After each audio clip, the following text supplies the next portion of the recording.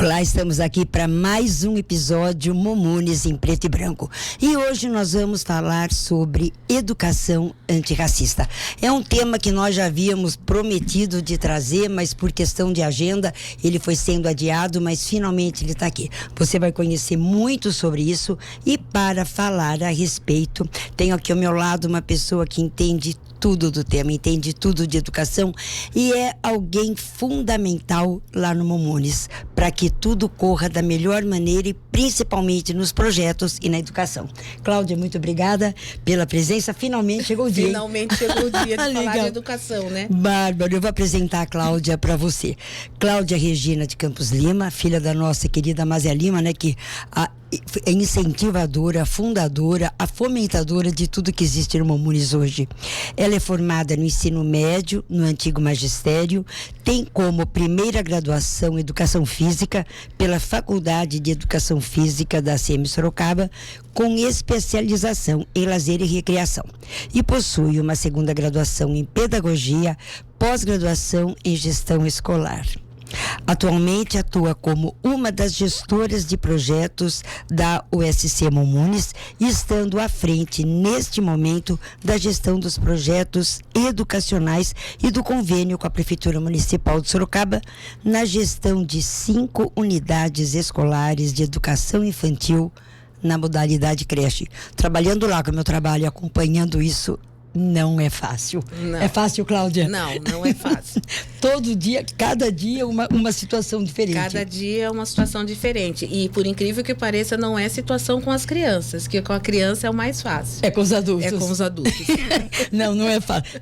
Fala em ser humano, fala em gente, fala em relação humana, a coisa fica complicada. Exato. Bom, Cláudia, nós vamos começar falando sobre a lei que todo seminário, todo encontro do Momunes é debatido esse tema, se fala muito da lei, porque eu acho que ela não é bem cumprida, porque se fosse...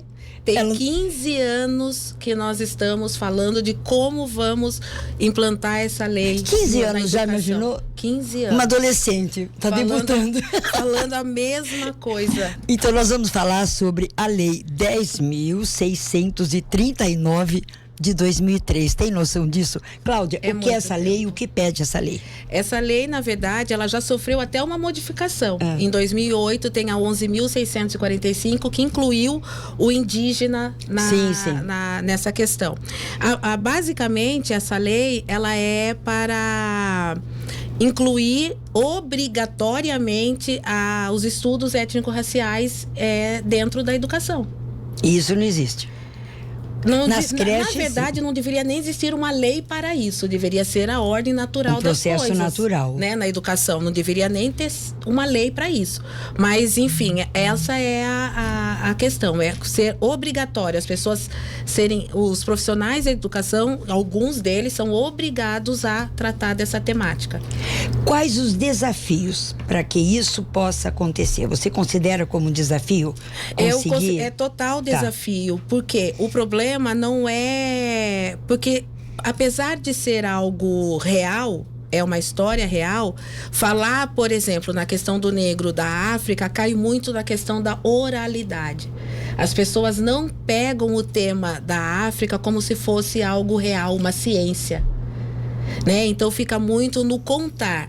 E alguém contou que lá na África pode ser... E não é. A África é uma questão real na história. Ela tem uma ciência. Essa oralidade é passada de quem para quem? Então, essa oralidade, na verdade, é uma questão para não dar o aval. Né? Para não dizer que aquilo é oficial. Né? Por exemplo, muitas das descobertas, vamos falar assim, do mundo científico, por exemplo, nasceram na África. Elas foram roubadas pela Grécia, que é o berço da civilização, né? Mas, por exemplo, muitas a questões origem está na África. Isso. Mas como não tem, segundo consta, provas científicas, aquilo foi apagado. Então não é uma história que as pessoas entendem como é. Fica no disque, né? Fica no disque. E não é a verdade. Tá. Né? Por exemplo, essa semana eu ouvi uma palestra num congresso de uma intelectual que chama Bárbara Carini, e ela trouxe um tema que me fez pensar, que a gente não aprende na escola, né? O Teorema de Pitágoras. né? A gente aprende o teorema de Pitágoras.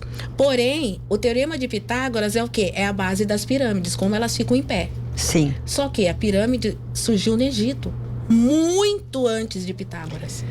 Então, alguém já tinha inventado esse teorema. Que Pitágoras assumiu o protagonismo. Como é que é o papagaio? Que Pitágoras assumiu, né, o protagonismo. Mas isso já existe há muito mais. Quem foi que fez? Lá no Egito, em África. Porque não estava registrado. Em África. Né? Então, é essa questão que pega nos nossos tempos atuais. Para isso que existe uma lei, para que essa história seja trazida para dentro da escola.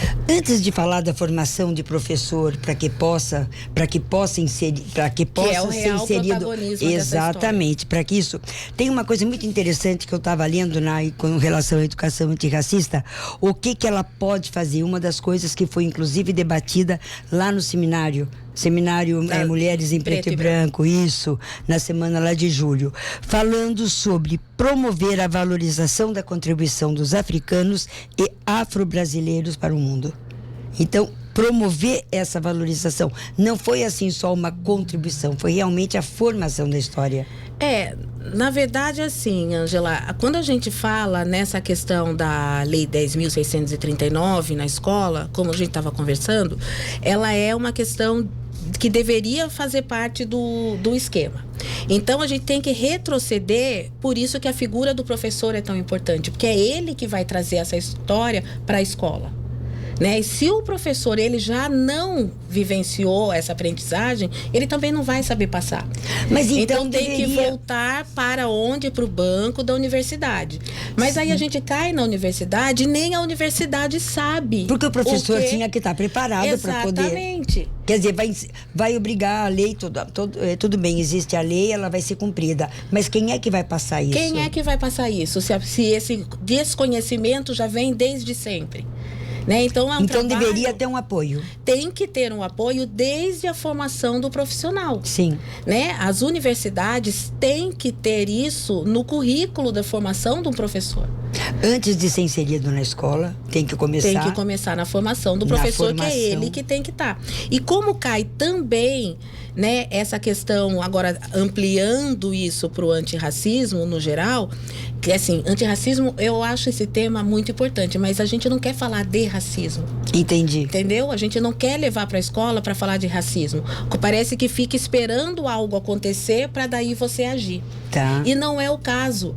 A educação antirracista, ela é justamente para que isso não ocorra. É um mudar de visão. Mudar o olhar. É mudar o olhar. Sim. Né? A gente não tem que esperar uma situação de racismo acontecer na escola para que alguém haja. Né? Muito pelo contrário, a escola tem que agir preventivamente. Preventivamente é ensinando, né? A diversidade. Né? As pessoas têm que entender que a diversidade é algo que tem que ser natural. Né? Seria assim estimular uma reflexão sobre o modo de olhar para o outro. Exatamente, né? Tem que ter, na verdade é uma política de direitos humanos, né? A gente não quer falar de racismo, a gente quer falar de direitos humanos, de diversidade, né? De trazer o diferente para o mundo, para a realidade que a gente vive. E na escola, esse olhar tem que ser trazido obrigatoriamente pelo professor. É o professor que vai ser o condutor dessa história. Ele precisaria ser treinado para isso. Na verdade, o primeiro treino é o berço, né? É o berço. É o berço. Não, e na verdade é o trabalho. O primeiro treino é o berço. Se não tem isso no berço, a universidade, a educação tem que trazer. Se der tempo hoje, a gente vai conversar sobre isso, o trabalho que é feito nas creches, nos 5 centros de educação infantil. Então é um trabalho simplesmente maravilhoso que a gente acompanha, conhece os professores, conhece toda a equipe que é preparada realmente para receber a criança. E quando as pessoas falam de antirracismo, eles pensam que nós, né, profissionais negros na área da educação, temos uma receita de bolo, né? Eles chamam a gente para falar numa escola e já ficam imaginando o quê?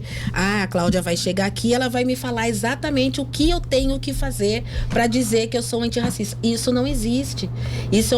Essa receita não tem. Como funciona? Né? Essa receita não tem. O que tem? Tem exatamente isso que nós estamos falando, é a questão do entendimento. É a questão do berço, né? Daquilo que a gente tem como visão, em primeiro lugar, pessoal. Tá. Né? E depois trazer isso para o pedagógico, né? Que faz o quê? A gente faz um alinhamento, né, disso. E nas nossas escolas, o grande diferencial é o quê? Porque as escolas tratam muito a questão da discriminação no mesmo patamar do bullying. E não é, porque o bullying, ele trata, o alvo do bullying é uma pessoa. E quando a gente fala em racismo, em discriminação, a gente está atingindo toda uma comunidade. Então, toda a comunidade tem que estar inserida. Entendi. Esse é o segredo do negócio. E talvez nas nossas escolas, apesar de a gente não conseguir fazer isso diretamente, apesar de já ter resultado na criança, o segredo é você trabalhar a comunidade. E começando pela comunidade escolar. E né? a hora que você começa esse trabalho na educação infantil, começa com os funcionários, com os cuidadores, com aqueles que vão tratar diretamente com a criança, você percebe mudança ou tem gente que fica irredutível? Como funciona? Tenho curiosidade de saber isso. Você sabe que a todo momento eu também me faço essa pergunta. Até que ponto esses resultados positivos que eu vejo e que são incríveis, eles estão no âmbito da obrigação, né? Fazem porque nós estamos querendo que façam, ou se é uma questão de convicção. Para garantir o emprego, alguma coisa. Se é uma questão de convicção. E eu posso te garantir que muitas dos resultados que eu vejo vêm do âmbito da convicção. Convicção que elas não têm, ou não tinham, mas que a gente percebe o quanto a gente contribuiu para que isso viesse. Recebemos também o contrário, muitas pessoas resistentes. Né? Por isso que a questão do berço é tão importante. Né? Percebemos sim algumas resistências, mas nós percebemos também o avanço, o mudar o olhar, ou ter esse olhar. É porque a mudança do olhar, eu acho que é o que você falou, é o ponto de partida. É o ponto de partida. Porque assim, as pessoas ficam muito com essa fala assim, mas eu não vejo, né? Nós somos todos iguais. Eu não sou racista. Eu não enxergo essa diferença que vocês falam, como se o racismo fosse nosso. Sim. Né? E o racismo não é nosso. Né? Então, assim, como se a gente tivesse meio que criando... o negro criou o racismo, e não é. Entendi. O negro sofre. Né? Então, quando as pessoas passam a perceber isso, a gente percebe que o trabalho foi feito. A Djamila fala muito isso, né? Que a questão não é você dizer não sou racista. O que você faz para demonstrar isso, para mudar esse conceito, para que não exista, que não precise combater nada, que seja uma coisa natural. Exatamente. E assim, uma coisa muito ruim é quando as pessoas falam, eu não vejo racismo. É muito pelo contrário. Quando você não vê, quando você não enxerga a diferença, é porque você não está preocupado com ela. Né? A gente não quer que as pessoas nos enxerguem como iguais, não. A gente quer que as pessoas nos enxerguem como diferentes. Isso é uma coisa... Porém, isso tem que ser respeitoso, tem que fazer parte da vida. Isso que você está falando é uma coisa, assim, muito, muito verdadeira, porque a minha família, com a Mazé, com a Cláudia, com todo mundo, a gente é amigo há muitos anos. E eu tinha essa... Eu costumava dizer, para mim, eu não vejo, porque era tudo tão natural entre a gente. A partir do momento que eu fui trabalhar lá, que eu comecei a ler, que eu comecei a ver, realmente aí você passa a enxergar a existência, porque antes não. Pra gente era muito natural, ou seja, então você começa a enxergar que realmente existe, que não é uma coisa que ninguém está criando, né? Exatamente, isso falando do racismo. Sim, falando do racismo. Mas, para que isso acabe, o negro tem que ter o seu protagonismo. Não pode simplesmente se dizer, eu não reconheço a diferença, nós somos todos iguais. Isso é uma mentira, nós não somos iguais. Sim. Nós não somos iguais. Então, para isso, a gente tem que ter o nosso protagonismo. Né? Então, é muito importante. E essa lei, ela veio como um sopro de esperança, ou seja, olha, agora sim vamos falar de negros na sociedade, vamos falar de negros na educação, e a gente vê que faz 15 anos que as pessoas não sabem falar sobre nós. Agora, não é que não sabe, porque o conhecimento hoje está aí, ele está posto, o que as pessoas não têm a vontade de. Elas não têm a vontade de falar. Elas não veem a necessidade de falar, porque ninguém quer mexer nessa relação, né? Nessa relação de poder para mim, que é uma Sim. relação de poder, né? Quando você dá o conhecimento a alguém, você dá a ele um poder. Sim. E a gente percebe que hoje a nossa sociedade não está preparada para dividir, ou dividir não, em trazer o negro para o mesmo somar, patamar. sim, Não sim. quer, não tá. E não é só no Brasil, E porque não. você vê cada vez mais figuras de negros se sobressaindo, pessoas que têm... Por exemplo, quando você fala, que foi falado lá no seminário, a questão de escola adotar livros de autoria de pessoas negras, que não tem. Então... Isso é um começo. É um começo. É um começo. As pessoas hoje estão dando... assim, tá sendo visto a intelectualidade negra, ou seja, existem pensadores negros, existem intelectuais negros. E essas pessoas hoje, muito por conta da tecnologia, da mídia, né, das redes sociais, essas pessoas hoje são vistas. Essas pessoas hoje são ouvidas, então isso está sendo apresentado. Então, algumas escolas, mesmo que seja só para dizer que tem no catálogo bibliográfico livros de intelectuais negros, já é um começo. Então, isso está vindo, mas ainda não é algo como deveria. Ainda está no campo do vamos nos preparar para fazer um trabalho em 20 de novembro.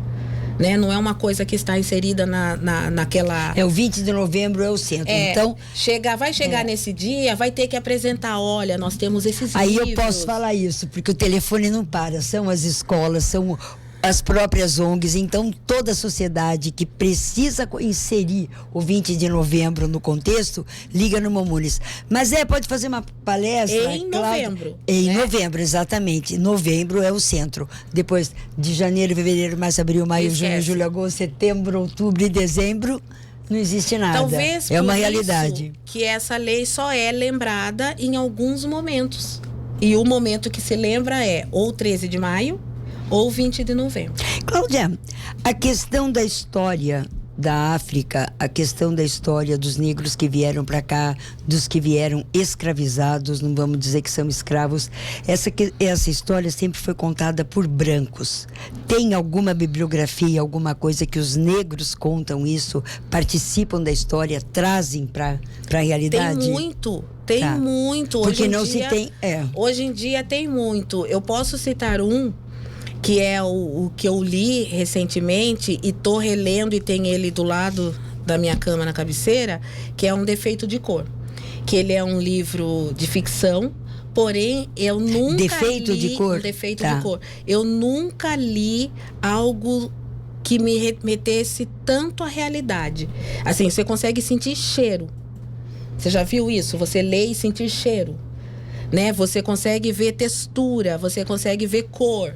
Você consegue ver... É esse que a Mazé tá lendo também. Também. Tá apaixonada, E é um livro de 2006. Sim. E ele veio à tona em 2024, porque ele foi tema de enredo da Escola de Samba Portela. Então, querendo ou não, ele foi amplamente divulgado. E é um livro necessário. É um livro difícil, não é um livro fácil de ler. Ele conta... Não só pelo volume, ele tem mais de 1000 e tantas páginas, mas pelo conteúdo. É um conteúdo muito pesado, muito difícil, porque ele é um retrato fiel, na minha opinião, do que foi esse período da escravização de negros no Brasil e no mundo, eu acho. Qual é a maior dificuldade para você falar sobre mudar o olhar nessa educação antirracista? Qual a maior dificuldade, a maior barreira, um obstáculo que difícil de vencer? Existe algum? Eu acho que todo ele é difícil, porque assim, as pessoas, como elas não reconhecem isso como um problema, é muito difícil fazer aquilo vir à tona, porque é muito difícil você trazer o racismo da pessoa para fora, porque querendo ou não, todo mundo tem, porque fomos criados assim, né? Eu tô me incluindo no contexto, sim, né? Não como parte dele, mas é muito difícil para um não preto assumir que ele também é racista, né? E essa situação só se revela para a pessoa quando ela é colocada numa situação de confronto com ele, né? A gente sempre, nós negros sempre brincamos que nenhum homem é racista. A partir do momento que ele se torna pai, tem uma filha e essa filha quer namorar um menino negro. Aí aquele racismo vem. Acha tudo muito bom, acha tudo... Não, aí, não me importa. Racismo, eu não tenho problema nenhum, eu não sou assim. Mas quando a filha traz um namorado negro para dentro da casa, aí esse racismo se revela. Então é muito difícil você colocar as pessoas em situações onde o racismo dela se apresenta, mas é neste momento que a gente consegue agir. Quando a pessoa se olha no espelho e se reconhece. Esse é o primeiro ponto. A pessoa se reconhecer como racista, né? Não estou dizendo que ela fez, que ela colocou o negro numa situação de escravidão, não é nada disso, mas ela é muito subjetiva, né? Às vezes aquele pensamento nesse livro que você deve ter visto da Djamila, que é o manual antirracista, sim, ali ela coloca algumas situações de cotidiano, algumas situações de fala que todo mundo fala ainda hoje. Sim, né? sim, que sim. todo mundo faz ainda hoje e que acha que não é racismo, né? Que não é você colocar o negro numa situação abaixo de você, que é um racismo, né? Porque é você julgar que o outro é menor do que você, baseado na cor da pele dele. Sim. Né? Quando teve uma situação que acho que você estava junto, que uma pessoa, né, muito importante na cidade falou: nossa, no meu tempo eu podia falar ô negão. Exatamente. Você se lembra, né, dessa situação? Eu podia falar ô negão. Né? Mas o que quer dizer esse negão? Né? Qual é o contexto disso? Porque a Mazé isso brinca quer desse, dizer? A Mazé brinca desse jeito, fala neguinho, não sei o que, isso, aquilo, mas e qual é o contexto disso? Sim, é o contexto. Né? É o contexto que importa. Né? Nos perguntaram recentemente como que eu devo me dirigir a um preto ou um negro. Em primeiro lugar, a gente fala o nome. O nome, né? Claro. Começa daí. Em primeiro lugar, a gente fala o nome. Mas muito mais importante do que como você chama, é o contexto do que você diz que fala. Pegando esse gancho do que você está falando, que está quase na hora da gente encerrar, tem muita conversa, né? Tem muito assunto para abordar aqui. Mas assim, um dia desses, uma senhora, eu não conheço, ligou para mim e ela queria saber se lá no Momunes tinha alguma coisa que pudesse auxiliá-la com relação à filha adolescente. A filha dela é linda, realmente, ela mandou até uma foto para mim, mas a menina é negra, ela é adotada e ela não aceita o cabelo, não aceita nada, não aceita a cor, tá na adolescência, essa fase difícil. Ângela, o que eu poderia fazer? Então, assim, quem tem, e não é só ela, eu acho que muita gente que está aqui nos assistindo também acabam enfrentando esse tipo, trabalhar com a discriminação. O que você... É porque assim, nesses casos, eu já recebi algumas falas assim também. Eu acho que não é que a pessoa não aceita, ela já teme a rejeição. Entendi. Porque ela sabe que o mundo não a aceita. Então, primeiro, ela já se condena. Eu acho que nesse caso, essa mãe tem que trabalhar a autoestima dessa menina. Sim. Ela tem que ter representatividade. Por isso que é tão importante ter representatividade, né, do negro, protagonismo do negro em todas as esferas. Seja na esfera cultural, artística, intelectual, na educação. O negro tem que se ver numa situação boa. Tem que se ver numa situação bonita, tem que se ver numa situação inteligente. Ele tem que se olhar, ele tem que dizer, olha, tá vendo? Eu estou lá. A questão da autoestima, que você... Eu estou lá. É que, infelizmente, nós não estamos nesses lugares. Isso me lembra, sabe o que? Uma entrevista que eu ouvi com a Onda Seabra. Eu acho que foi ela, que a mãe, ela era pequena, estava na escola, e aí ela voltou para casa chorando, porque tinham chamado, falando que ela era negra, algo assim. Ela disse que puxou a menina, colocou na frente do espelho e falou assim: o que você tá vendo? Eu tô me vendo. Qual é a sua cor? Aí ela falou a cor, e aí a mãe falou: e qual é o problema disso? Então não quero mais que você chore por isso. Isso não é motivo de choro. E ela falou: foi uma lição que eu levei para o resto da minha vida. Você vê, nós estamos vivendo porque como é importante a criança negra que está na escola, ela ter contato com os heróis históricos negros. Como é importante, como é ruim pra gente ela vai se orgulhar disso, o nosso protagonismo, sim, por exemplo, numa descoberta científica, como agora eu dei o exemplo de Pitágoras. Sim. Né? Não foi Pitágoras que inventou esse teorema, alguém negro já fez isso. né? E quando isso tudo é roubado de nós, tira da gente essa representatividade. Você vai achatando, você vai diminuindo. Você vai diminuindo o outro. Sim. E assim outras descobertas, tem várias, né? Existe essa mesma intelectual Bárbara Carini, ela fez um livro que fala de muitas mulheres negras que fizeram descobertas científicas incríveis. Né? Que se isso é trazido para dentro da escola, essa menina não vai se sentir tão inferiorizada. Tem até um filme que agora eu esqueci o nome, que é das estrelas. Das matemáticas, né? Nossa, não. Exatamente. Maravilhoso. É exatamente. Isso tem que ser conhecido. Sim. Isso tem que ser trazido à tona. E é esse o papel que a Lei 10.639 e a 11.645 tem que fazer. Aqui no Brasil, ainda nós temos a questão dos indígenas também, né? Que tem muita coisa do... Quando o Brasil foi descoberto, os indígenas já estavam aqui. Eles eram os donos da sobreviviam. terra. Claro, eles eram eles os não donos sobreviviam, da terra, lógico. Né? Sim. Eles já não sobreviviam. Então, ele já tem muita coisa hoje que a gente tira daquele conhecimento. Você vê uma civilização, ela existiu. Né? Que a gente vive hoje com muitas questões daquela, dos indígenas. Como isso não ser você tira o protagonismo, passa para outro. Porque sempre tem a soberania branca, sim, europeia. Né? O Brasil em si, independente de falar do negro, do indígena ou do branco, a gente não pode acabar com a nossa nacionalidade. Por exemplo, tem muita gente hoje no Brasil que bate no peito, é o sangue italiano falando. Mas os italianos, quando chegaram aqui, o Brasil já existia. Claro. Já existia um povo, já existia uma nação. Né? Então, como não valorizar isso? Né? Por que trazer o protagonismo do europeu? Né? Realmente, o Brasil, a base dele é a miscigenação. E é isso que tem que ser trabalhado, não é uma ou outra. Então, por isso que essa lei ainda fica patinando, porque a gente cai também no campo do pessoal. Né? Tem algumas pessoas que resistem ainda, porque é direito não gostar disso, né? É direito eu não gostar de preto, é direito não gostar de índio, é direito, as pessoas têm o direito de não gostar. Reclamam tanto hoje da sociedade de direito, que agora todo mundo tem direito, mas o problema é quando o direito é do outro. Exatamente. As pessoas resistem quando o direito é do outro. Aí você não quer saber. Aí você não quer saber.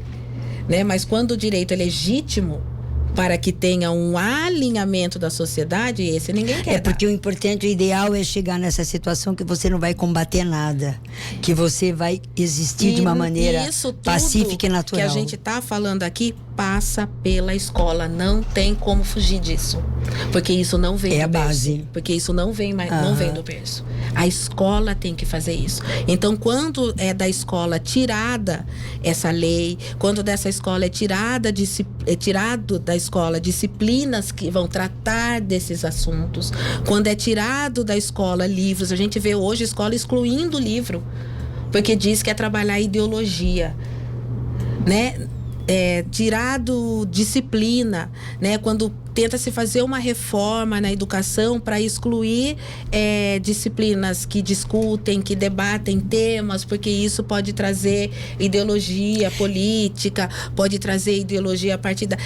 Quer dizer, você tira da escola o que é natural dela. Sim. Que é o debate, trazer conhecimento, explicar. Tem muita gente hoje na escola que acha que a escravidão é conquista. Aqueles povos negros foram conquistados, como se tivesse tido uma guerra. Sim, e um lado perdeu e o outro ganhou. E o outro ganhou. Né? E não é assim.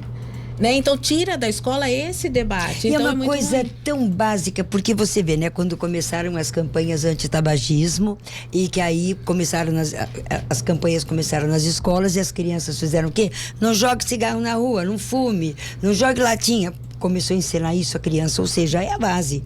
Porque a hora que você põe isso para a criança, ela acaba disseminando, ela acaba levando para os pais. E aí essa questão do olhar aparece. Exatamente. Quando você tem o conhecimento, você consegue enxergar. Você consegue enxergar o outro. Você consegue Maravilha, enxergar. Cláudia. A gente não falou Tem sobre assunto para uns 15 podcasts. Tem. A gente não falou sobre as creches. E não chegamos Não falamos da pedagógico. Não falamos da amarelinha africana, que eu fiquei encantada quando eu conheci, eu não Mas conhecia. vamos trazer para cá quem é que está ali na linha de frente e está fazendo esse trabalho. Não, vocês vão ver coisas incríveis.